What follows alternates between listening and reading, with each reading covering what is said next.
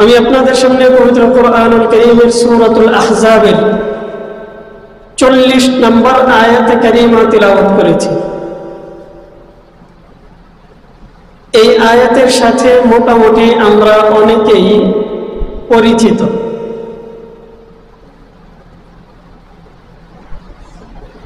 আজকাল আমরা মুসলমানরা কোরআনের সঙ্গে আমাদের সম্পর্ক থাকুক আর না থাকুক, কোরআন আমরা তিলাওয়াত করি আর না করি, মোটামুটি কিছু জায়গা আছে কোরআনে, কিছু আয়াত আছে, কিছু সূরা আছে, এইগুলোর সাথে আমরা পরিচিত।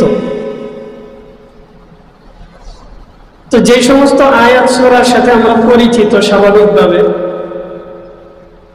ওই সমস্ত আয়াতের মধ্যে সূরাতুল আহজাবের 40 নম্বর আয়াত হচ্ছে একটা। মা কানা মুহাম্মাদুন আবা আহাদিম মির রিজালিকুম ওয়ালাকিন রাসূলুল্লাহি ওয়া খাতামান নাবিয়্যিন। এই আয়াতের সাথে আমরা প্রায় সবাই পরিচিত। কি বলেন, পরিচয় আছে না? এই আয়াত কি ইতিপূর্বে শুনছেন? বলেন তো দেখি, এটা কি দাওয়াত খাওয়ার আয়াত, জিয়াফত খাওয়ার আয়াত, মিলাদ পড়ার আয়াত?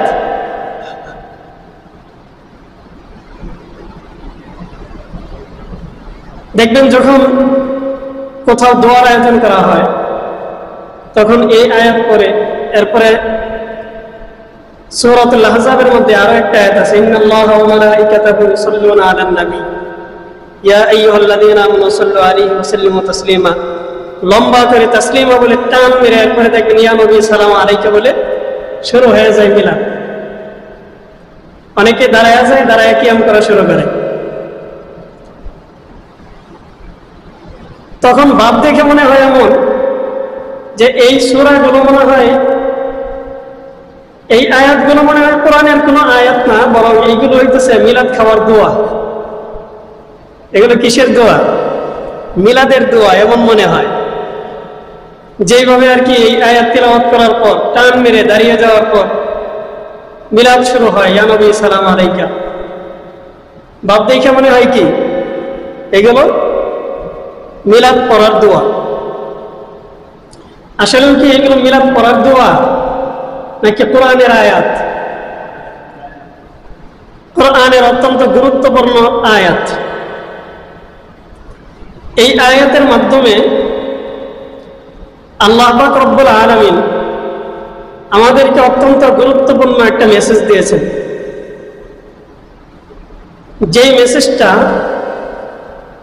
বিশেষ করে আখিরি জমানায় যারা উম্মত হবে তাদের জন্য এই মেসেজটা খুবই গুরুত্বপূর্ণ। কেউ যদি এই মেসেজ অমান্য করে, কেউ যদি এই আয়াতের বহিরাগত কোনো কাজ করে, আমল করে, এই আয়াতকে যদি কোনো ব্যক্তি অস্বীকার করে, এই আয়াতের যে মেসেজ, এই মেসেজকে যদি কোনো ব্যক্তি অস্বীকার করে, তাহলে সঙ্গে সঙ্গে এই ব্যক্তি কাফের হয়ে যাবে। অত্যন্ত গুরুত্বপূর্ণ একটা মেসেজ আল্লাহ তাআলা এই আয়াতের মাধ্যমে আমাদেরকে দিয়েছেন। আল্লাহ তাআলা বলেন, মা কানা মুহাম্মাদুন আবা আহাদিম মির রিজালিকুম। মুহাম্মদ সাল্লাল্লাহু আলাইহি ওয়াসাল্লাম তোমাদের মধ্যে কোনো পুরুষের পিতা নন, ওয়ালাকিন রাসূলুল্লাহ, তবে তিনি আল্লাহর রাসূল, ওয়া খাতামান নাবিয়্যিন, এবং তিনি সর্বশেষ নবী। এই হচ্ছে এই আয়াতের মেসেজ। তো আয়াতের প্রথম অংশে আল্লাহ তাআলা বললেন, মা কানা মুহাম্মাদুন আবা আহাদিন মির রিজালিকুম। মুহাম্মদ সাল্লাল্লাহু আলাইহি ওয়াসাল্লাম তোমাদের কোন পুরুষের পিতা নন। বলেন তো দেখি, আমাদের নবী কোন পুরুষের পিতা? এখন মনের মধ্যে খটকা জাগতেছে, নবীজির তো ছেলে সন্তান ছিল, তাইলে পুরুষের পিতা হয় নাই কেমনে? আমি আপনাদেরকে প্রশ্ন করি, আমাদের দেশে স্বাভাবিকভাবে 12 থেকে 14 বছর পর্যন্ত যে সমস্ত ছেলেরা আছে এদেরকে আপনারা ছেলে বলেন নাকি পুরুষ বলেন? পুরুষ বলেন? কথা বুঝেন নাই মনে হয়। ছেলে বলেন। আমরা কি কেউ পুরুষ বলি? 15 বছর হইলেও কি আমরা পুরুষ বলি? পুরুষ বলার জন্য একটা নির্দিষ্ট কি টাইম আছে, ওই টাইমে গিয়ে তাকে কি বলা হয়? পুরুষ বলা হয়। বিষয় বুঝতে হবে, পুরুষ হওয়ার জন্য কি একটা নির্দিষ্ট টাইম আছে, পুরুষের একটা গণ্ডি আছে, ওই গণ্ডির ভিতর যখন প্রবেশ করে তখন তাকে পুরুষ বলা হয়। এর আগে সে নৌজওয়ান, যুবক, কিশোর, শিশু এই জাতীয় নামে কি হয়? অবহিত হয়। আল্লাহ তাআলা কুরআনুল কারীমে বললেন, মা কানা মুহাম্মাদুন আবা আহাদিন মির রিজালিকুম, তিনি কোন পুরুষের পিতা নন। রাজুল, আরবিতে রাজুলুন শব্দ এর বহুবচন হচ্ছে রিজাল। আল মুআজামুল ওয়াসিতের মধ্যে আসছে রিজাল শব্দের শাব্দিক অর্থ হচ্ছে পুরুষ, আর পরিভাষায় এই রিজালটা ব্যবহৃত হয় এমন পুরুষদের ব্যাপারে, এমন ব্যক্তিদের ব্যাপারে যেই ব্যক্তিগুলো বালেগের বয়সে উপনীত হয়েছে, প্রাপ্ত বয়স্ক হয়েছে, এদেরকে বলা হয় রজুল বা রিজাল, যারা প্রাপ্ত বয়স্ক হয়েছে। এখন যদি এই বিষয়টা বুঝেন তাহলে বলেন তো দেখি, আমাদের নবীজির যে সন্তান ছিলেন কাসেম, ইব্রাহিম, ওনারা ছিলেন, ওনারা কয়জন বালেগ হয়েছিলেন? বালেগ কি কেউ হয়েছেন? বরং অপ্রাপ্ত বয়স্ক অবস্থাতেই তারা কি করছেন? ইন্তেকাল করছেন। 9 বছরের মধ্যেই ওনারা দুনিয়া থেকে বিদায় নিয়েছেন। তাহলে কি ওনারা রিজাল হয়েছেন, পুরুষ হয়েছেন? ওনারা কিশোর ছিলেন, শিশু ছিলেন, প্রাপ্তবয়স্ক হন নাই, যে কারণে তারা রিজালের অন্তর্ভুক্ত হতে পারেন নাই। অতএব কেউ যদি বলে যে কোরআন এটা কেমনে বলল, নবীজি তো পুরুষের পিতা ছিলেন, আপনি আমি আমরা সবাই কি বলবো? নবীজি পুরুষের পিতা ছিলেন না, বরং তিনি ছেলে সন্তানের পিতা ছিলেন অবশ্য, কিন্তু এই ছেলে সন্তানগুলো প্রাপ্তবয়স্ক হওয়ার আগেই দুনিয়া থেকে বিদায় নিয়েছেন, তারা কেউ পুরুষ হতে পারেন নাই। এই হচ্ছে সহজ উত্তর। এর উপরে যদি কেউ ব্যাখ্যা বিশ্লেষণ চায় তাহলে এর বাহিরে অনেক ব্যাখ্যা বিশ্লেষণ আছে, ওইগুলো করতে গেলে অনেক সময়ের ব্যাপার। তো আল্লাহ পাক রব্বুল আলামিন বললেন, মুহাম্মদ সাল্লাল্লাহু আলাইহি ওয়াসাল্লাম তোমাদের মধ্যে কোন পুরুষের পিতা নন। এই আয়াত নাজিলের পিছনে একটা প্রেক্ষাপট আছে। রাসূল করিম সাল্লাল্লাহু আলাইহি ওয়াসাল্লামের একজন পালক পুত্র ছিলেন, আপনারা জানেন, হযরতে যায়েদ ইবনে হারিসা রাদিয়াল্লাহু তাআলা আনহু। যায়েদ ইবনে হারিসা রাদিয়াল্লাহু তাআলা আনহু তিনি ছিলেন রাসূলের পালক পুত্র। নবীজি তাকে লালন পালন করেছেন ছোটকাল থেকে, নবীজির কাছে থাকছেন, নবীজির হাতেই তিনি গড়ে উঠেছেন। এক পর্যায়ে নবীজির দ্বারা তিনি ঈমানের দৌলত লাভ করেছেন, ঈমানের আলোয় আলোকিত হয়েছেন। বিখ্যাত সাহাবীদের একজন সাহাবী তিনিও হয়ে গিয়েছেন। রাসূলের সংস্পর্শে তার জীবনটা উজ্জ্বল হয়ে গেছে, আলোকিত হয়ে গেছে। তো যায়েদ ইবনে হারিসা রাদিয়াল্লাহু তাআলা আনহু তিনি যেহেতু রাসূলের পালক পুত্র ছিলেন, তো আল্লাহর রাসূল সাল্লাল্লাহু আলাইহি ওয়াসাল্লাম তার ফুফাতো বোন হযরতে যায়নাব বিনতে জাহাশ রাদিয়াল্লাহু তাআলা আনহা, ওনাকে যায়েদ বিন হারেসার সাথে বিয়ে দিয়েছেন। তো নবীজি তার চাচাতো বোনকে বিয়ে দিয়েছেন নিজের পালক পুত্রের সাথে। এখন এই নিয়ে কুরাইশ বংশের লোকদের মধ্যে, কাফের মুশরিকদের মধ্যে আলোচনা সমালোচনার ঝড় উঠছে যে দেখছো মুহাম্মদ তার বোনের বিয়ে দিছে কার কাছে? তার ছেলের কাছে। আচ্ছা, ভালো কথা। তো বিয়ে দিছে, মোটামুটি কিছুদিন সংসার করার পর তাদের মধ্যে তেমন একটা বনিবনা হয়নি।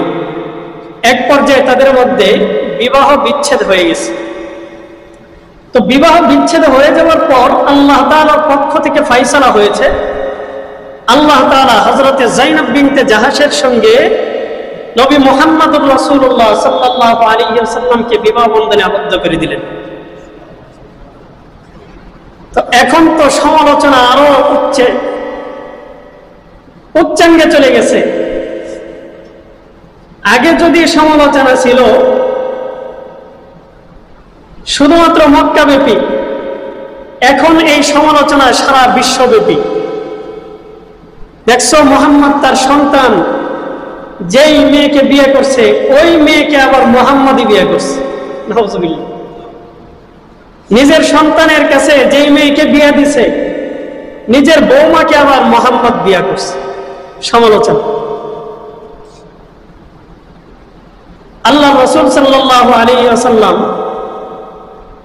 আল্লাহ পাক রব্বুল আলামিন সান্ত্বনা দিলেন যে আপনাকে কষ্ট পাওয়ার কোনো কারণ নেই। যায়েদ ইবনে হারেসা সে আপনার পালক পুত্র, আপন পুত্র না। তো পালক পুত্রের হুকুম আপন পুত্রের হুকুম এক নয়, দুইজনের হুকুম ভিন্ন ভিন্ন। যায়েদ ইবনে হারেসা হচ্ছে আপনার পালক পুত্র। তো পালক পুত্রের স্ত্রীকে আপনি বিয়ে করেছেন, এতে আপনার কোনো অপরাধ হয় নাই, কোনো দোষ হয় নাই। বরং আল্লাহ তাআলা আসমান থেকে এই ফয়সালা করেছেন, আল্লাহ তাআলা আসমানে নিয়ে এই বিয়ে সম্পন্ন করেছেন। সুবহানাল্লাহ। আল্লাহ তাআলা নিজে এই বিয়ে সম্পন্ন করছেন। নবীজির কোনো বিয়ের ব্যাপারে কোরআনের মধ্যে আলোচনা হয় নাই। একমাত্র যায়েনব বিনতে জাহাশের সঙ্গে যেই বিয়ে হয়েছে এই বিয়ের ব্যাপারে আল্লাহ তাআলা পবিত্র কুরআনুল কারীমে সূরাতুল আহজাবে আলোচনা করছেন। এই একটা বিয়ে নিয়ে আলোচনা হয়েছে। তো নবীজি তার পালক পুত্রের স্ত্রীকে বিয়ে করেছেন, এটা নিয়ে সমালোচনা। অথচ পালক পুত্রের হুকুম হচ্ছে পালক পুত্র কখনো আপন পুত্রের মতো হতে পারে। আপনার আপন একজন মেয়ে আছে, এই আপন মেয়ের সঙ্গে পালক পুত্রের বিয়ে দিতে পারবেন, কোনো সমস্যা নেই। তো আপন মেয়ের সঙ্গে যদি পালক পুত্রের বিয়ে হইতে পারে, তাহলে পালক পুত্রের স্ত্রীর সঙ্গে বাবার পালক যিনি প্রতিপালন করেছেন ওই বাবার কেন বিয়ে হবে না? আর পালক পুত্রের স্ত্রীর সঙ্গে দেখা দেওয়া, তার সামনে যাওয়া সরাসরি, এটা জায়েজ নেই। কোরআনের হুকুম আহকাম ভালো করে বুঝতে হবে। রাসূলের ব্যাপারে সমালোচনা করছে, সমালোচনার ঝড় উঠিয়ে দিছে, অথচ কোরআনের হুকুম আহকাম সম্পর্কে এদের বিন্দু মাত্র কোনো ধরনের জ্ঞান নেই। শরীয়তের হুকুম আহকাম সম্পর্কে কিছুই জানে না। তো তিলকে তাল বানিয়ে এরা সমালোচনা এমন উচ্চাঙ্গে নিয়ে গেছে যে মুহাম্মদ তার সন্তানের স্ত্রীকে বিয়ে করছে, সন্তানের স্ত্রীকে বিয়ে করছে। আল্লাহ পাক রব্বুল আলামিন কোরআনের মাধ্যমে তখন জবাব দিয়ে দিলেন যে মা কানা মুহাম্মাদুন আবা আহাদিম মির রিজালিকুম, মুহাম্মদ তোমাদের কোনো পুরুষের পিতা নন। বলেন তো দেখি, যায়েদ ইবনে হারেসা যার স্ত্রীকে আল্লাহর নবী বিয়ে করছেন তিনি পুরুষ কি পুরুষ না? বোঝেন নাই মনে হয়। তিনি কি পুরুষ কি না? তিনি বিয়ে করছেন, প্রাপ্তবয়স্ক হয়েছেন, এরপরে তো বিয়ে করছেন নাকি? তাহলে তিনি কি পুরুষ কি না? তো কোরআন বলতেছে উনি পুরুষ, আর মুহাম্মদ কোন পুরুষের পিতা নন। অতএব মুহাম্মদ যায়েদ ইবনে হারেসার পিতা নন,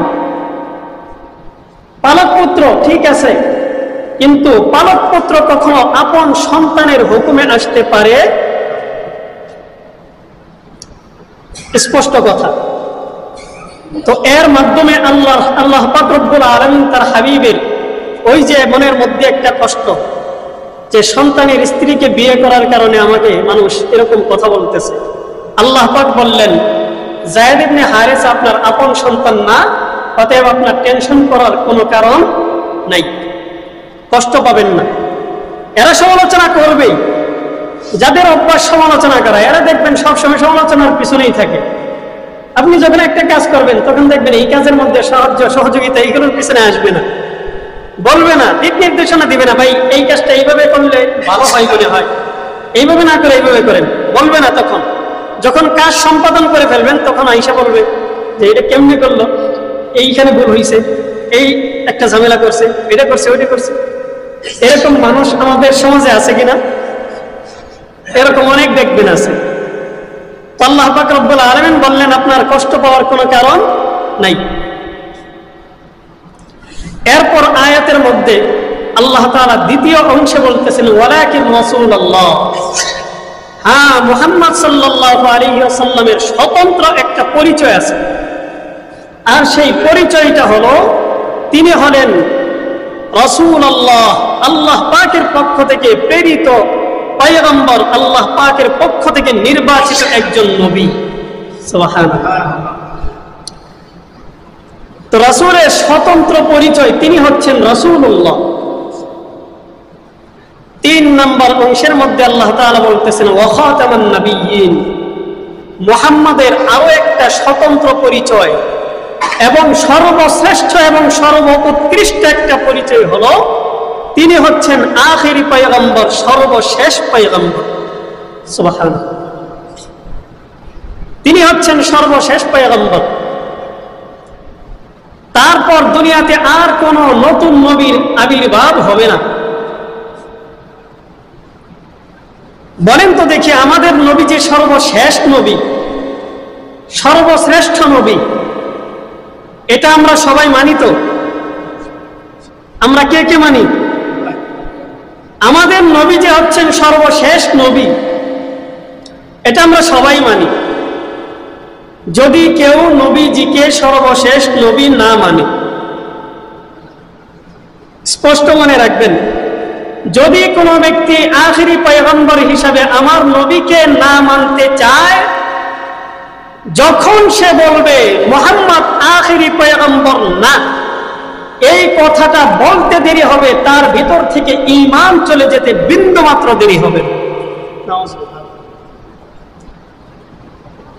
যদি কোনো ব্যক্তি বলে যে মুহাম্মদ আখিরি পয়গম্বর না, এই কথা বলতে দেরি হবে, ঈমান যাইতে একটু দেরি হবে। আমাদের নবী হচ্ছেন সর্বশেষ পয়গম্বর, সর্বশ্রেষ্ঠ নবী। আল্লাহ পাক রব্বুল আলামিন আদম আলাইহিস সালাতু ওয়াস সালাম জান্নাতের মধ্যে দেখছেন, জান্নাতের দরজার মধ্যে আল্লাহ তাআলার নাম, পাশে আমাদের নবীজির নাম। সুবহানাল্লাহ। আল্লাহ তাআলার নামের সঙ্গে আমাদের নবীজির নাম। আদম আলাইহিস সালাতু ওয়াস সালামকে আল্লাহ তাআলা বললেন লা তাকরাবা হাযিহিশ শাজারা ফাতাকুনা মিনাজ জালিমিন, এই যে গাছ দেখতে পাচ্ছ, এই গাছের কাছে যাও না, এই গাছ থেকে তোমরা ফল খাও না, যদি ফল ভক্ষণ করো তাহলে তোমরা কিন্তু জান্নাত থেকে বের হয়ে যাওয়া লাগবে। ফাতাকুনা মিনাজ জালিমিন, তোমরা জালিম হয়ে যাবে। শয়তান তাদেরকে ওয়াসওয়াসা দিলেন, তারা ওই গাছের কাছে গেলেন, ফল ভক্ষণ করলেন। আল্লাহ পাক রব্বুল আলামিন জান্নাত থেকে বের করে দিলেন। এখন জান্নাত থেকে বের হয়ে যাওয়ার পর জান্নাতি পোশাক পরিধানে ছিল, এই পোশাকটাও খুলে গেছে, একেবারে বিবস্ত্র হয়ে গেছে। তাড়াতাড়ি গাছের পাতা দিয়ে নিজেদের লজ্জাস্থান ঢেকেছেন। আল্লাহ পাক রব্বুল আলামিনের কাছে কান্নাকাটি করতেছেন, তওবা করতেছেন।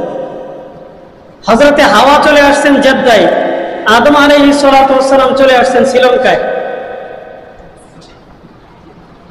তো এইভাবে আল্লাহ তাআলার কাছে ওনারা তওবা করতেছেন। যে আমরা সামান্য একটা ভুল করার কারণে আল্লাহ তাআলা জান্নাত থেকে বের করে দিয়েছেন। তওবা করেন, কান্নাকাটি করেন। এক পর্যায়ে হঠাৎ করে হযরত আদম আলাইহিস সালাতু ওয়াস সালামের মাথার মধ্যে চিন্তা আসলো, আমি যখন জান্নাতে ছিলাম তখন জান্নাতের দরজার মধ্যে দেখছিলাম আল্লাহ তাআলার নামের সঙ্গে একটা নাম লেখা আছে। আল্লাহ তাআলার নামের সঙ্গে যেই নামটা, সেই নামটা হচ্ছে মুহাম্মদ। সুবহানাল্লাহ। তো আমি তো অনেকের বরাত দিয়ে, অনেকের মাধ্যম গ্রহণ করে আল্লাহ তাআলার কাছে তওবা করলাম। একবার মুহাম্মদের মাধ্যমটা গ্রহণ করে আল্লাহ তাআলার কাছে দোয়া করে দেখি আল্লাহ তাআলা আমার এই দোয়া কবুল করেন কিনা। সুবহানাল্লাহ। তিনি এই কথা চিন্তা করার পর আমাদের নবী মুহাম্মদুর রাসূলুল্লাহ সাল্লাল্লাহু আলাইহি ওয়াসাল্লামের নামটা নিয়ে আল্লাহ তাআলার কাছে বললেন, আল্লাহ, ওই যে জান্নাতের মধ্যে আপনার সঙ্গে যেই নামটা দেখতে পাইলাম মুহাম্মদুর রাসূলুল্লাহ, ওই মুহাম্মদুর রাসূলুল্লাহর নাম নিয়ে, মুহাম্মদুর রাসূলুল্লাহর মাধ্যম গ্রহণ করে আপনার কাছে আমরা তওবা করতেছি। আল্লাহ, আমরা যে অপরাধ করেছি আপনি আমাদেরকে ক্ষমা করে দিন। সুবহানাল্লাহ। এই কথা বলতে দেরি আল্লাহ পাক রব্বুল আলামিন আদম আলাইহিস সালাতু ওয়াস সালামের তওবা কবুল করতে দেরি হয়। আমাদের নবীজির মর্যাদা জানুন। আমাদের নবী কত মর্যাদাবান, কত সম্মানিত। হযরতে আদম আলাইহিস সালাতু ওয়াস সালাম যেই নবীকে নিয়ে গর্ব করেছেন, প্রাউড ফিল করেছেন। হযরতে ইব্রাহিম আলাইহিস সালাতু ওয়াস সালাম যেই নবীকে নিয়ে গর্ব করেছেন, সমস্ত আম্বিয়া কেরামের সামনে মেরাজের রজনীতে তিনি ঘোষণা করেছেন, আমি আমার এই সন্তান মুহাম্মদকে নিয়ে গর্ব করি। মুহাম্মদ হচ্ছে আমার সর্বশ্রেষ্ঠ সন্তান। মুহাম্মদ আমার সর্বশ্রেষ্ঠ সন্তান। মুহাম্মদকে নিয়ে আমি গর্ব করি। আদম আলাইহিস সালাতু ওয়াস সালাম বলতেছেন, মারহাবান বিন নবিয়্যিস সালিহ ওয়াল ইবনিস সালিহ। তিনি একজন নেককার নবী, তিনি একজন নেককার সন্তান। তো নবী করিম সাল্লাল্লাহু আলাইহি ওয়াসাল্লামের নাম নিয়ে হযরত আদম আলাইহিস সালাতু ওয়াস সালাম আল্লাহ তাআলার কাছে দোয়া করলেন। আল্লাহ তাআলা এই দোয়া কবুল করে ফেললেন। তো নবীদের মর্যাদা এত বেশি, এত সম্মানিত নবী। বলেন তো দেখি, মাহফিল যখন আমরা করি, এই যে ওয়াজ মাহফিল হয়, ওয়াজ মাহফিলের মধ্যে প্রধান অতিথি এমন ব্যক্তিকেই রাখা হয় যিনি অন্য সমস্ত বক্তাদের চাইতে তুলনামূলক বেশি সম্মানিত। ঠিক কি ঠিক না? যারা বেশি সম্মানিত তাদেরকে কি করা হয়? প্রধান অতিথি কিংবা প্রধান মেহমান হিসেবে রাখা হয়। আর প্রধান মেহমান যখন আলোচনা করেন, প্রধান মেহমানের আলোচনার মধ্য দিয়ে এই মাহফিলের পরিসমাপ্তি হয়ে যায়। ঠিক কি ঠিক না? প্রধান মেহমান যখন বিদায় নেন, তখন দেখবেন শ্রোতা যারা আছে তারা এমনিতেই বিদায় নিতে থাকে প্রধান মেহমানের সাথে সাথে। এরপরে যদি এলাকার সৈয়দ আলী আর তৈয়ব আলীরে নিয়ে বসায় দেন, দেখবেন এদের ওয়াজ শোনার জন্য কেউ বসে থাকবে না। শ্রোতারা রাত 12টার পরে আর কেউ অপেক্ষা করে না। প্রধান মেহমান যতক্ষণ আছে ততক্ষণ পর্যন্ত থাকবে। যখন প্রধান মেহমান স্টেজ থেকে নেমে যাবেন, তখন শ্রোতারা এমনিতেই কি করে? বিদায় নিতে শুরু করে। তো আমাদের নবীকে আল্লাহ তাআলা এই দুনিয়ার মাহফিলের জন্য সর্বশ্রেষ্ঠ এবং সর্বশেষ প্রধান মেহমান হিসেবে নির্বাচন করছেন। আমাদের নবী যখন দুনিয়া থেকে বিদায় নিয়েছেন, তখন ভিন্ন কেউ যদি দুনিয়ার মধ্যে এসে নিজেকে নবী দাবি করে, যেরকম ভাবে প্রধান মেহমানের পর অন্য কোন বক্তার আলোচনা খাটে না, এইরকম ভাবে আমাদের নবীর পর যদি কেউ নবী দাবি করে, সে নবুয়তের আসন দখল করার জন্য চেষ্টা করে, তার এই নবুয়তের বাণী শোনার জন্য একজন শ্রোতাও রাত 12টার পরে এই স্টেজের মধ্যে, এই প্যান্ডেলের মধ্যে অপেক্ষা করবেন। একজন শ্রোতাও থাকবে না, তার নবুয়ত মেনে নেওয়ার জন্য কেউ থাকবে না। হ্যাঁ, থাকবে, কিছু কিছু লোক থাকবে। এরা কারা? এদের পরিচয় হচ্ছে, প্রধান মেহমানের পর যদি কোনো সৈয়দ আলী মাহফিলের নিয়ম অমান্য করে যদি বয়ান করে, আলোচনা করে, মানে এটা মাহফিলের নীতির মধ্যে নেই। নীতির বাহিরে গিয়ে সে যদি আলোচনা করে, তার আলোচনা শোনার জন্য কিছু লোক থাকবে।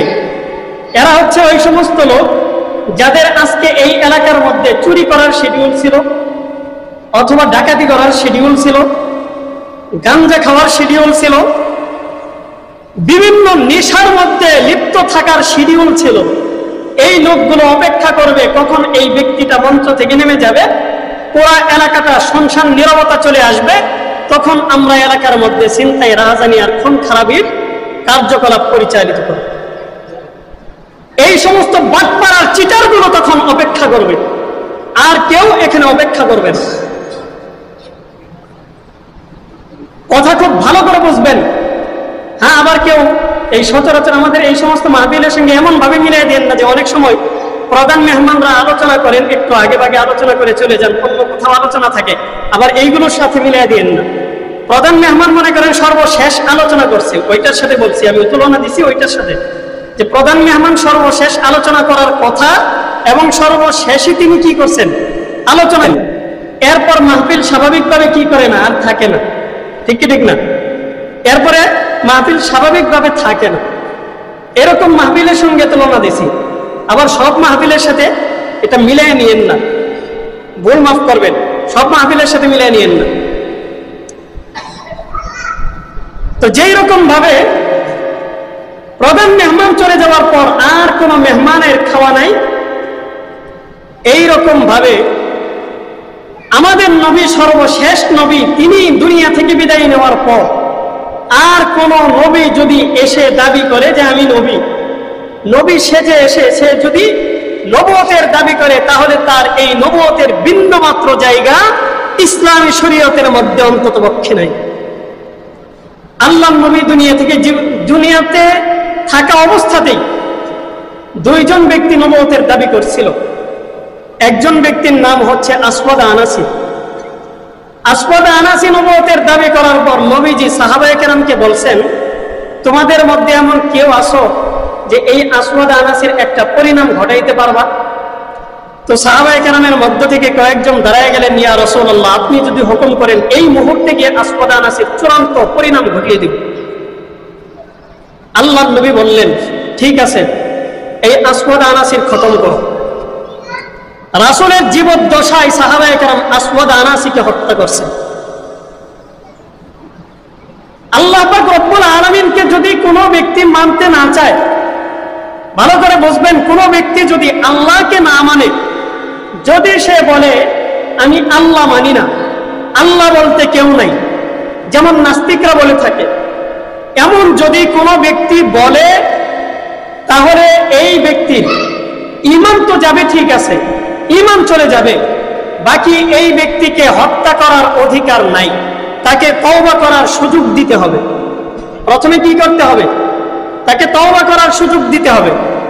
যদি সে তওবা করে ফিরে আসে আলহামদুলিল্লাহ, আর যদি তওবা না করে তাহলে তার বিচার ইসলামী শরিয়া মোতাবেক করতে হবে। পক্ষান্তরে কোন ব্যক্তি যদি এই কথা বলে যে আমি নবী মুহাম্মদুর রাসূলুল্লাহকে আখেরি পয়গম্বর মানব না, সঙ্গে সঙ্গে এই ব্যক্তি কাফের হয়ে যাবে। আর যদি কোনো ব্যক্তি বলে আখেরি নবী হিসেবে তো মানবই না, বরং আমি নিজেই নবী, এই ধরনের দাবি যদি কোনো ব্যক্তি করে, তাহলে সঙ্গে সঙ্গে তাকে হত্যা করা ফরজ হয়ে যায়। এই ব্যক্তিকে কতল করতে হবে, কোনো তওবার সুযোগ নাই। যদি কোনো ব্যক্তি নিজেকে নবী দাবি করে আখেরি নবীর পর, এই ব্যক্তির ব্যাপারে ইসলামী শরীয়তের একটাই ফরমান, একটাই হুকুম, এই ব্যক্তিকে হত্যা করতে হবে, তার চূড়ান্ত ফয়সালা, তাকে হত্যা করতে হবে। এটা হচ্ছে ইসলামী শরীয়তের হুকুম। আল্লাহকে যদি কোনো ব্যক্তি না মানে, এই ব্যক্তিকে সরাসরি হত্যা করার কথা বলা হয় নাই, কিন্তু নবীকে যদি কোনো ব্যক্তি না মানে বরং নিজেকেই নবী দাবি করে, এই ব্যক্তিকে হত্যা করার কথা বলা হয়েছে। তো আসওয়াদ আনাসি সে নবুয়তের দাবি করছে, আল্লাহর হাবিব বলছেন একে হত্যা করো। এরপর আরো একজন ব্যক্তি, যার নাম আপনি আমরা সবাই মোটামুটি জানি, মুসাইলামাতুল কাজ্জাব। মুসাইলামাতুল কাজ্জাব নবীজির কাছে গিয়ে বলতেছে, হে মুহাম্মদ, আমি তোমার প্রতি ঈমান আনতে পারি, তোমাকে আমি নবী হিসাবে মেনে নিব, তবে ওয়ান কন্ডিশন, একটা শর্ত আছে। যদি একটা শর্ত তুমি মানো, তাহলে এই শর্ত সাপেক্ষে আমি তোমার উপর ঈমান আনবো, তোমাকে নবী হিসাবে মেনে নেব। আল্লাহ রাসূল বললেন, আজ পর্যন্ত আমার কাছে যারাই আসছে কোন ধরনের এদিক সেদিক চিন্তা ভাবনা ছাড়া আমাকে নবী হিসাবে মেনে নিয়েছে। তুমি একমাত্র অনলি 1% যে আজকে আমার কাছে এসে বলতেছো আমার নবুয়ত তুমি মেনে নিবা একটা শর্ত সাপেক্ষে। বলো দেখি সেই শর্তটা কি? মুসাইলামাতুল কাজ্জাব বলতেছে যে আমি তোমাকে নবী হিসাবে মানবো তখনই যখন নবুয়তের অর্ধেক ভার তুমি আমাকে দিবা আর অর্ধেক তোমার থাকবে। বলেন নাউজুবিল্লাহ। মানে তুমি অর্ধেক নবী, আমি অর্ধেক নবী, সে অর্ধেক নবী হবে। তো অর্ধেক নবী হওয়ার দাবি করে বসছে। আল্লাহর হাবিব তৎক্ষণাৎ তাকে বললেন, আনতা কাজ্জাব, হে মুসাইলামাতুল কাজ্জাব, তোর মতো এরকম মিথ্যাবাদী আর নাফরমানের ঈমান আনার কোনো প্রয়োজন নাই।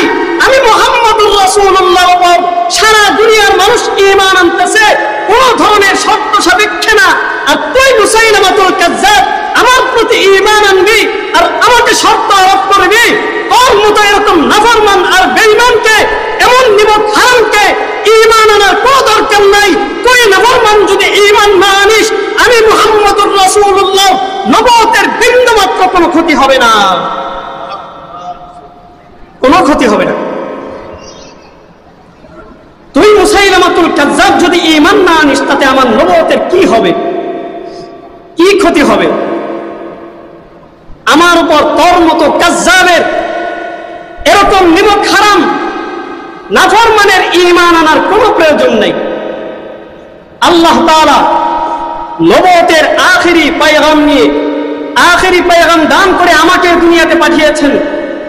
নবুয়তের এই দায়িত্ব পালন করা আখিরি নবী হিসেবে আমার দায়িত্ব এবং কর্তব্য, আমার এই দায়িত্বের মধ্যে ভাগ বসানোর জন্য আমি কোনো চোর চামুন্ডাকে, গাঞ্জাখোর আর হিরোইনকে কখনো জায়গা দিব না।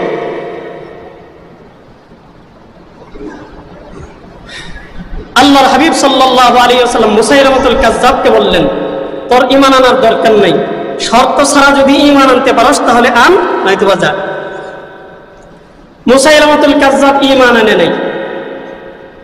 হযরতে আবু বকর সিদ্দিক রাদিয়াল্লাহু তাআলা আনহুর জামানায় আবু বকর রাদিয়াল্লাহু তাআলা আনহু এই মুসাইলামাতুল কাজ্জাবকে হত্যা করাইছেন, এর বিরুদ্ধে যুদ্ধ করছেন। আপনারা জানেন হযরতে ওয়াহশী রাদিয়াল্লাহু তাআলা আনহু, ওয়াহশী রাদিয়াল্লাহু তাআলা আনহু তিনি যখন সাহাবী হইছেন, সাহাবী হওয়ার আগে বদরের যুদ্ধ গেছে, উহুদের যুদ্ধ গেছে। তো এই দুই যুদ্ধের মধ্যে তিনি কাফেরদের দলভুক্ত ছিলেন। ওই সময় রাসূল করিম সাল্লাল্লাহু আলাইহি ওয়াসাল্লামের চাচা হযরতে হামজা রাদিয়াল্লাহু তাআলা আনহুকে শহীদ করেছিলেন। যিনি শহীদ করেছিলেন, হামজা রাদিয়াল্লাহু তাআলা আনহুর গোশতগুলোকে টুকরা টুকরা যিনি করেছিলেন, ওই ব্যক্তিটা ছিলেন হযরতে ওয়াহশী রাদিয়াল্লাহু তাআলা। তখন তিনি কাফের ছিলেন, পরবর্তী সময়ে তিনি মুসলমান হয়েছেন। আল্লাহর হাবিব যখনই ওয়াহশীকে দেখতেন, তখনই মনের মধ্যে খুব কষ্ট লাগতো, চোট পাইতেন যে আমার চাচাকে এই ওয়াহশী হত্যা করেছে, এই ওয়াহশী আমার চাচাকে টুকরা টুকরা করে ফেলেছে। এমনকি আবু সুফিয়ান রাদিয়াল্লাহু তাআলা যিনি মক্কা বিজয়ের সময় মুসলমান হয়েছেন, আবু সুফিয়ানের স্ত্রী হযরতে হিন্দা রাদিয়াল্লাহু তাআলা আনহা, হিন্দা রাদিয়াল্লাহু তাআলা আনহা ওই সময় তিনিও কাফের ছিলেন। এই হিন্দা হযরতে হামজা রাদিয়াল্লাহু তাআলা আনহুর গোশতগুলোকে চাবাইছেন। বলেন না, পরবর্তী সময়ে তিনিও মুসলমান হয়ে গেছেন, সাহাবিয়াতের দৌলত লাভ করেছেন। তো হযরতে ওয়াহশী রাদিয়াল্লাহু তাআলা আনহুকে যখন নবীজি দেখতেন, তখন বলতেন, ওয়াহশী তুমি আমার চোখের আড়ালে আড়ালে থেকে, কারণ তোমাকে দেখলে আমার চাচার কথা মনে হয়ে যায়, আমার মনের মধ্যে কষ্ট হয়। তো এই বিষয়টা ওয়াহশী রাদিয়াল্লাহু তাআলা আনহুর মনের মধ্যে অনেক কষ্টের ছিল। যে আল্লাহর রাসূল আমাকে দেখতে চান না, আমাকে দেখলে রাসূল কষ্ট পান, তিনি মনের মধ্যে অনেক ব্যথা পান, অনেক কষ্ট পান যে আমি এমন কত বড় অপরাধ করে ফেলেছি, আল্লাহর রাসূলের চাচাকে আমি হত্যা করেছি। যখন তিনি সুযোগ পাইলেন, হযরতে খলিফাতুল মুসলিমিন আমিরুল মুমিনিন হযরতে আবু বকর সিদ্দিক রাদিয়াল্লাহু তাআলা আনহু বললেন, মুসাইলামাতুল কাজ্জাবকে যেই ব্যক্তি হত্যা করতে পারবে ওই ব্যক্তির জন্য খলিফাতুল মুসলিমিনের পক্ষ থেকে পুরস্কার ঘোষণা করলাম। এই পুরস্কার ঘোষণা হওয়ার সঙ্গে সঙ্গে হযরতে ওয়াহশী রাদিয়াল্লাহু তাআলা আনহু এই অত্যন্ত চমৎকার একটা সুযোগ, এই সুযোগকে হাতছাড়া করতে চান নাই। তিনি চিন্তা করলেন, রাসূলের চাচাকে হত্যা করে আমি যেই নাফরমানি করেছিলাম, আমি যেই গুনাহ করেছিলাম, যেই পাপ আমার মাধ্যমে হয়েছিল, আজকে আমি এই মুসাইলামাতুল কাজ্জাবকে হত্যা করার মাধ্যমে আমার উপর সেই পাপের যেই বোঝা আজকে আছে, এই বোঝাকে নামানোর চেষ্টা করব। হযরত ওয়াহশী রাদিয়াল্লাহু তাআলা মুসাইলামাতুল কাজ্জাবকে হত্যা করার জন্য পাগল করা হয়ে গেছেন। মুসাইলামাতুল কাজ্জাব বিশাল দেয়াল ঘেরা তার বাগান বাড়িতে গিয়ে বাগানের মধ্যে অবস্থান গ্রহণ করছে। সাহাবায়ে কেরাম বাহির থেকে আক্রমণ করতেছে, কোনোভাবেই ভিতরে প্রবেশ করতে পারতেছে না। এক পর্যায়ে আক্রমণ করতে করতে দেয়ালকে একদিক থেকে ফুটো করে হযরতে ওয়াহশী রাদিয়াল্লাহু তাআলা আনহু ওই দেয়ালকে টপকিয়ে উপরে উঠে দেয়াল টপকিয়ে ওই পারে পড়ে তিনি মুসাইলামাতুল কাজ্জাবের কাছে গেছেন এবং সর্বপ্রথম মুসাইলামাতুল কাজ্জাবের উপর তরবারের মাধ্যমে যেই ব্যক্তিটা আক্রমণ করেছেন সেই ব্যক্তিটা হচ্ছেন হযরতে ওয়াহশী রাদিয়াল্লাহু তাআলা। তিনি মুসাইলামাতুল কাজ্জাবকে তরবারের মাধ্যমে এক আঘাত করেছেন। এই একটা আঘাতের পর মুসাইলামাতুল কাজ্জাব আর দুনিয়ার মধ্যে থাকতে পারে। মুসাইলামাতুল কাজ্জাবকে তিনি হত্যা করে ফেললেন। এরপর তিনি বলেন, আমার মনে হলো ওই যে হামজা রাদিয়াল্লাহু তাআলা আনহুকে হত্যা করার পর, তাকে শহীদ করার পর আমার মনের মধ্যে যেই কষ্ট ঘুরপাক খাচ্ছিল, যেই ব্যথা আমার অন্তরের মধ্যে ছিল, এই ব্যথাটা আমার একেবারেই লাঘব হয়ে গেছে যখন রাসূলের নাফরমান এমন একটা উম্মত মুসাইলামাতুল কাজ্জাবকে আমি হত্যা করতে পেরেছি, তখন আমার মাথা থেকে সম্পূর্ণ বোঝা নেমে গেছে।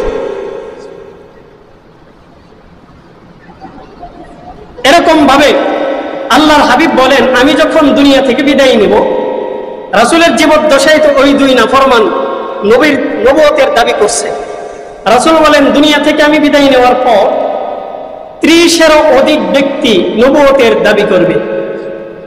তো এই পর্যন্ত মোটামুটি 28 থেকে প্রায় 30 জনের কাছাকাছি ব্যক্তি হয়ে গেছে যারা এই পর্যন্ত নবুয়তের দাবি করছে। তো এদের মধ্যে সর্বশেষ এবং সবচেয়ে ভয়ঙ্কর আমাদের এই ভারত উপমহাদেশের মধ্যে একজন ব্যক্তি নবুয়তের দাবি করেছে। ওই ব্যক্তির নাম হচ্ছে গোলাম আহমদ কাদিয়ানী। গোলাম আহমদ কাদিয়ানী তার বাড়ি হচ্ছে পাকিস্তান। গোলাম আহমদ কাদিয়ানী আহমেদাবাদের লোক, সে নিজেকে নবুয়তের দাবি করছে। গোলাম আহমদ কাদিয়ানী বলে যে আমি হলাম মুহাম্মাদের সাথে আমিও একজন নবী, মুহাম্মদ যেরকম ভাবে নবী তার সঙ্গে আমিও হলাম একজন নবী। এই হলো তার বক্তব্য যে আমি হলাম কি নবী। শুধু তাই নয়, তার আরেক বক্তব্যের মধ্যে সে বলতেছে মুহাম্মদ যেমন নবী, মুহাম্মদের চাইতেও বড় নবী হলাম আমি গোলাম আহমদ কাদিয়ানী। বলেন নাউজুবিল্লাহ। তৎকালীন জমানায়, এটা ব্রিটিশ আমলের কথা বলতেছে, এই যে কয়েকদিন আগের কথা, 200 বছর আগের কথা, এই সময় নবুয়তের দাবি করছে গোলাম আহমদ কাদিয়ানী। ব্রিটিশদের প্ররোচনায়, ইহুদি খ্রিস্টানদের প্ররোচনায় গোলাম আহমদ কাদিয়ানী নিজেকে নবী দাবি করে এই দেশের সরলপ্রাণ মুসলমানদেরকে ঈমান হারা করা, বিপদগামী করার এক নীল নকশা নিয়ে আমাদের সামনে এসেছিল। আর আজকে তাদের চেলাচামুন্ডারা সারা দুনিয়াব্যাপী কাজ করার জন্য চেষ্টা করতেছে। বিশেষ করে আমাদের বাংলাদেশের মধ্যে পঞ্চগড়ে, আমাদের ময়মনসিংহের 30 সালে বিভিন্ন জায়গার মধ্যে এরা আস্তানা গেছে। এরা বিভিন্ন ভাবে মুসলমানদেরকে ঈমান হারা করার জন্য, মুসলমানদেরকে বেঈমান করে দেওয়ার জন্য, নাফরমানির মধ্যে লিপ্ত করার জন্য, ঈমান হারা করে দেওয়ার জন্য এরা এই নবুয়তের নীল নকশা নিয়ে গোলাম আহমদ কাদিয়ানীর নতুন ধর্ম নিয়ে আমাদের সামনে উপস্থিত হয়েছে। এদের ব্যাপারে সতর্ক থাকতে হবে, এদের ব্যাপারে জানতে হবে। গোলাম আহমদ কাদিয়ানী নবী দাবি করছে। তো হযরতে শাহ আতাউল্লাহ বুখারী রহমতুল্লাহ আলাইহি ওই সময় তিনি একজন প্রখ্যাত আলেম ছিলেন পাকিস্তানে। তো আতাউল্লাহ বুখারী রহমতুল্লাহ আলাইহি তিনি গোলাম আহমদ কাদিয়ানীকে জিজ্ঞাসা করতেছেন, আচ্ছা এই যে তুমি যে নিজেকে নবী দাবি করলা, এত বড় দুঃসাহস তুমি কেমনে পাইলা? একটা মাসলা মনে রাখবেন, কথা মনে রাখবেন, আপনি কাউকে যদি গোলাম আহমদ কাদিয়ানী যেহেতু নিজেকে নবী দাবি করছে, কাদিয়ানী যদি কোনো ব্যক্তি থাকে, আপনি তাকে এই প্রশ্ন জীবনেও করবেন না যে তোমার কাদিয়ানী যে নবী, এই ব্যাপারে তোমাদের দলিল কি? দলিল জিজ্ঞাসা করবেন না। এই কথা মনে থাকবে। কখনো এই কথা জিজ্ঞাসা করবেন না যে কাদিয়ানী যে নবী, তার নবী হওয়ার পিছনে দলিল কি? দলিল জিজ্ঞাসা করার কোনো কারণ নাই। যদি কোনো ব্যক্তি আখিরে নবী মুহাম্মদুর রাসূলুল্লাহর পর নবুয়তের দাবি করে, এই ব্যক্তির কোনো দলিলের প্রয়োজন নাই। বিনা দলিলে এই ব্যক্তি কাফের, এই ব্যক্তি কাফের, এই ব্যক্তি কাফের। কথা বলেন ঠিক কি ঠিক না? যদি কোনো ব্যক্তি নবুয়তের দাবি করে, কোনো দলিলের প্রয়োজন নাই, বিনা দলিলে কাফের। কারণ আপনি যদি দলিলের কথা জিজ্ঞাসা করেন, তার অর্থ এই বোঝা যায় যদি ওই ব্যক্তি দলিল দিতে পারে, তার মানে আপনি তাকে নবী হিসেবে মেনে নেবেন। কি বলেন? দলিল চাওয়ার অর্থ তো এইটাই যে গোলাম আহমদ কাদিয়ানী যেহেতু নবী হিসেবে তার দলিল কি? তো সে একটা দলিল দিল, আপনি বললেন, তাহলে তো নবী হিসেবে মেনে নেওয়াই যায়। তো এইভাবে কি নবী হিসেবে মানা যায়? তার কোনো দলিলের প্রয়োজন নাই। তো আতাউল্লাহ বুখারী রহমতুল্লাহ আলাইহি জিজ্ঞাসা করতেছেন, গোলাম আহমদ কাদিয়ানী যে নবী দাবি করছে, তাকে জিজ্ঞাসা করলেন, তুমি যে নবী হিসেবে নিজেকে দাবি করলা, এত বড় দুঃসাহস তুমি কেমনে পাইলা? তিনি দলিল জিজ্ঞান নাই, জিজ্ঞাইছেন এত বড় দুঃসাহস কেমনে পাইলা? গোলাম আহমদ কাদিয়ানী বলতেছে, হযরতে ঈসা আলাইহিস সালাতু ওয়াস সালামকে আল্লাহ পাক রব্বুল আলামিন নবীজিকে দুনিয়াতে পাঠানোর পূর্বেই পরিচালক বা মাহফিলের উপস্থাপক হিসেবে পাঠাইছেন। ঘোষণা করে দেওয়ার জন্য বলেছেন যে আমার পর একজন নবী দুনিয়াতে আগমন করবেন। সূরাতুস সাফের মধ্যে আল্লাহ তাআলা বলতেছেন, মিন বা'দি ইসমুহু আহমদ, আমার পর আখিরি পয়গম্বর হযরতে ঈসা আলাইহিস সালাতু ওয়াস সালাম তার উম্মতকে বলতেছেন, আমি দুনিয়া থেকে চলে যাওয়ার পর আখিরি পয়গম্বর দুনিয়াতে আসবেন। যিনি আখিরি পয়গম্বর হিসেবে দুনিয়াতে আসবেন, তার নাম হচ্ছে আহমদ। তার নাম কি? আহমদ। তো গোলাম আহমদ সে বলতেছে, ঈসা নবী বলছেন যে তার নাম হবে আহমদ, আমার নামও তো আহমদ। আতাউল্লাহ বুখারী বলতেছেন, তোমার নাম তো গোলাম আহমদ, তোমার নাম তো আহমদ না। এবার সে বলে, আমার নামের মধ্যে গোলাম কাজে লাগাইছে, আমার বাপে এইটা ভুল করে লাগাইছে। আমার বাপে কি করছে? ভুল করে গোলাম লাগাই দিছে। আসলেও আমার নামের গোলাম অংশটাকে এইটা দিলাম, এবার আমার নামের একটা অংশই থাকে, সেটা হচ্ছে আহমদ। কি অংশ? আহমদ। হযরতে আতাউল্লাহ বুখারী রহমতুল্লাহ আলাইহি বললেন, চিন্তা করলেন যে এই ব্যক্তি যখন কোরআন দিয়ে দলিল দিয়ে এরপরে কোরআনের বিকৃত অর্থ করতেছে, তর্জমা করতেছে, অতএব তাকে আর কোরআন দিয়ে বোঝানো যাবে না, তাকে এবার বোঝাইতে হলে তার যুক্তি দিয়েই তাকে বোঝাতে হবে। এবার তিনি বললেন, আচ্ছা শোনো, আমার নাম হচ্ছে আতাউল্লাহ, আতা আল্লাহ। আমার নামের দুইটা অংশ, একটা হচ্ছে আতা, আরেকটা অংশ হচ্ছে আল্লাহ। আমার নামের দুইটা অংশ। আমার বাবা ভুল করে আমার নামের প্রথম অংশ আতা রাইখা দিছে। আসলে আমার নাম আতা না, বরং আমি হলাম আল্লাহ। আর আমি আল্লাহ হয়ে তোর মতো এরকম গাঞ্জাখোর, তোর মতো এরকম নাফরমান, তোর মতো এরকম বেঈমান, এমন নিমক হারামকে আমি কখনো নবী বানাই নাই। আমি কখনো তোর মতো এরকম নাফরমানকে নবী বানাইতে পারি না। কথা বলেন ঠিক ঠিক না? আতাউল্লাহ বুখারী রহমতুল্লাহ আলাইহি তার যুক্তি দিয়ে তাকে ডাউন করলেন। সে বোকা হয়ে গেছে। আসলেও তো তার নাম আহমদ না হয়ে তার নামটা হওয়া দরকার ছিল আহমাক, তার নাম হওয়া দরকার ছিল আহমাক, নির্বোধ, গাধা, বোকা। যেই ব্যক্তি নিজের দলিলের মাধ্যমে, নিজের যুক্তির মাধ্যমে আরেকজনের কাছে পরাস্ত হয়, এর চাইতে বড় আহমক আর কে হতে পারে? সে নিজেই দলিল দিল, নিজেই যুক্তি দিল, আবার নিজের যুক্তি দিয়ে নিজেই আরেকজনের কাছে হেরে গেল। এর চাইতে বড় আহমক আর বোকা কে হতে পারে? তো সর্বশেষ, অনেক লম্বা কথা, সর্বশেষ এই গোলাম আহমদের পরিণামটুকু শুধু শুনিয়ে দেই। গোলাম আহমদের সর্বশেষ দুনিয়া থেকে বিদায় নেওয়ার পূর্বে তার অবস্থাটা কি হয়েছে? ডায়রিয়া হয়েছে। কি হয়েছে? কথা বলেন, জুড়ে বলেন, সবাই বলেন। আর কি হয়েছে? ডায়রিয়া হয়েছে। হ্যাঁ, একেবারে পাতলা হয়ে গেছে। কি হয়ে গেছে? পাতলা হয়ে গেছে। বাথরুমে গেলে শুধু পানি যায় আর কিছুই আসে না, শুধু পানি আসে আর কিছুই আসে না। তো তার ডায়রিয়া হয়েছে, খালি বাথরুমে দৌড়াদৌড়ি করে। বাথরুমে দৌড়াদৌড়ি করতে করতে লাগাতার 3-4 দিন পর্যন্ত তার শুধু ডায়রিয়া ডায়রিয়া, কোনোভাবেই কমে না। এমন নবী আল্লাহ তাআলা দুনিয়া থেকে বিদায় দেওয়ার পূর্বে তাকে এত সুন্দর সম্মান দিয়েছেন, ডায়রিয়ার মতো এমন একটা সম্মান তার জন্য আল্লাহ তাআলা রেডি করে রাখছেন যে এই ডায়রিয়ার মধ্যে সে জীবনের শেষ মুহূর্ত কাটাইয়া দিছে। জীবনের শেষ মুহূর্ত ডায়রিয়া হইতে হইতে শুধু বাথরুমে যায় আসে, যায় আসে, যায় আসে। এক পর্যায়ে একদিন হঠাৎ করে বাথরুমে যে গেছে, শরীর এমন দুর্বল হয়েছে বাথরুমের মধ্যেই পড়ে গেছে। ওই যে বাথরুমের, তখন তো আর এই যে আমাদের মতো এরকম কমোড ছিল না যে এই কমোডের মধ্যে দিয়ে মানুষ ঢুকতে পারে না। ওই সময় মনে করেন বাঁশের লাঠি এই জাতীয় কোনো কিছু দিয়ে কি করা হইতো? বাথরুম তৈরি করা হইতো। ঠিক এই বরাবরই কি ছিল? এই বরাবরই কি ছিল? যেইখানে বাথরুম করা হইতো ঠিক এই বরাবরই ময়লা ছিল। আমাদের তো এখন সেপারেট কি করা হয়? হাউস করা হয়। ওই জায়গার মধ্যে বাথরুমের ময়লাগুলো গিয়ে জমা হয়, কিন্তু ওই সময়ের সিস্টেমটা এরকম ছিল না।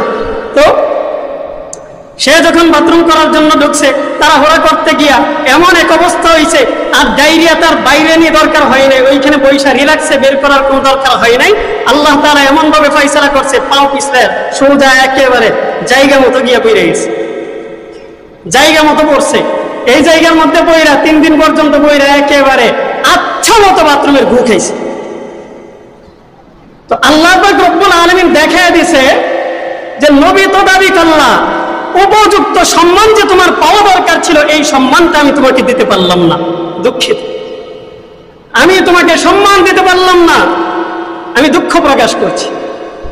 আল্লাহ পাক রব্বুল আলামিন গোলাম আহমদ কাদিয়ানীকে শেষ পর্যন্ত এই বাথরুমের মধ্যে ডুবাইয়া 3 দিন পর্যন্ত তার লাশকে এই বাথরুমের মধ্যে রাখা, বাথরুমের ময়লা আবর্জনা খাওয়াইয়া শেষ পর্যন্ত দুনিয়া থেকে বিদায় দিয়েছে। তাহলে বলেন তো দেখি, দুনিয়ার এই পর্যন্ত যত পয়গম্বর দুনিয়াতে আসছেন, 1,24,000 কিংবা 2,24,000 পয়গম্বর দুনিয়াতে আসছেন, আজ পর্যন্ত আল্লাহ তাআলা কোন পয়গম্বরকে এতটুকু সম্মান দিয়ে দুনিয়া থেকে বিদায় দিয়েছেন? বলেন নাউজুবিল্লাহ। এমন সম্মান দিয়েছেন কখনো?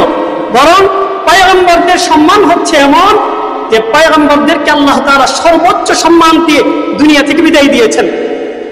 পয়গম্বরদের ব্যাপারে ফয়সালা হলো, পয়গম্বররা যেখানে মারা যাবেন তাদেরকে ওই জায়গার মধ্যে দাফন করা হবে। বলেন তো দেখি, গোলাম আহমদ কাদিয়ানী মারা গেছে বাথরুমের ওই ময়লার মধ্যে।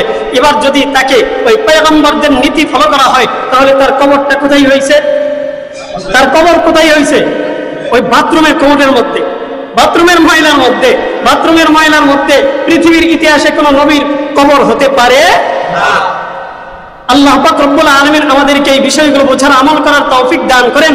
যারা কাদিয়ানী ফিতনার মাধ্যমে আজকে নিমজ্জিত, যারা কাদিয়ানী ফিতনার মাধ্যমে আমাদের নবীকে আখিরি পয়গম্বর না মেনে কাদিয়ানীকে নবী হিসাবে মানার পায়তারা করে, তাদেরকে যারা ভুলভাল বুঝিয়ে বিপদগামী করার চেষ্টা করে, আল্লাহ পাক রব্বুল আলামিন তাদেরকে সহিহ পথে ফিরে আসার তৌফিক দান করেন।